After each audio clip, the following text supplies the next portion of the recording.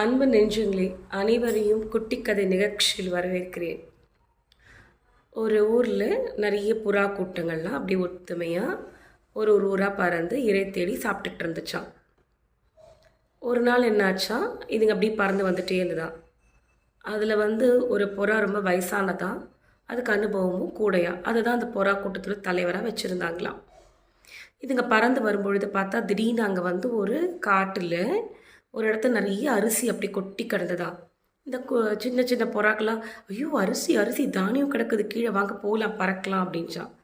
அப்போது அந்த வயசான புறா சொல்லிச்சான், இல்லைப்பா, காட்டில் ஒரு இடத்துல தானியம் அரிசி சிந்தி கிடக்குதுன்னா இது ஏதோ நம்மளை மாட்டி விடுறதுக்கான ஒரு வேலையாக தான் இருக்கும், இறங்காதீங்கன்னு சொல்லிச்சா.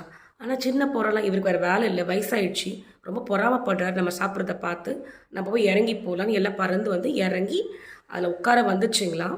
அங்கே ஒரு வேடை வலை விரிச்சிருந்தானா, அந்த வலைக்கு மேலே தான் இந்த அரிசியெல்லாம் போட்டிருந்தானா. அந்த வலையில் எல்லாம் உட்காந்தோடனே மாட்டிக்கிச்சிங்களாம்.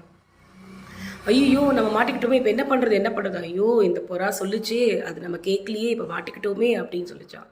அப்போ உடனே அந்த வயசான புறா சொல்லிச்சா, பதறாதீங்க, ஆபத்தான காலகட்டத்தில் நம்ம கொஞ்சம் யோசிக்கணும், எல்லோரும் ஒரே நேரத்தில் ஒன்றா சேர்ந்து பறக்கலாம் அப்படின்னே எல்லாம் ஒன்றா அப்படியே ஒரே நேரம் பறந்தோடனே அந்த வலையோடு பறந்து போச்சுங்களாம். வேடை அதை பார்த்து ஏமாற்றிட்டு துரத்திக்கிட்டே ஓடினானா. ஆனால் அவனால் ஒன்றும் பண்ண முடியலையா.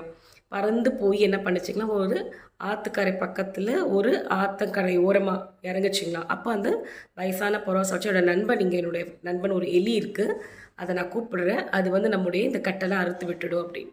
தன் நண்பனை அழைச்சிச்சான். அந்த எலியும் அந்த கட்டுக்கள் எல்லாத்தையும் கடிச்சு அறுத்து தான் அந்த வலையில் இருந்த எல்லா புறாக்களும் உயிரோடு தப்பிச்சுக்கச்சா. எப்போவுமே அனுபவம்ன்றது ஒரு பெரிய ஒரு வரம்.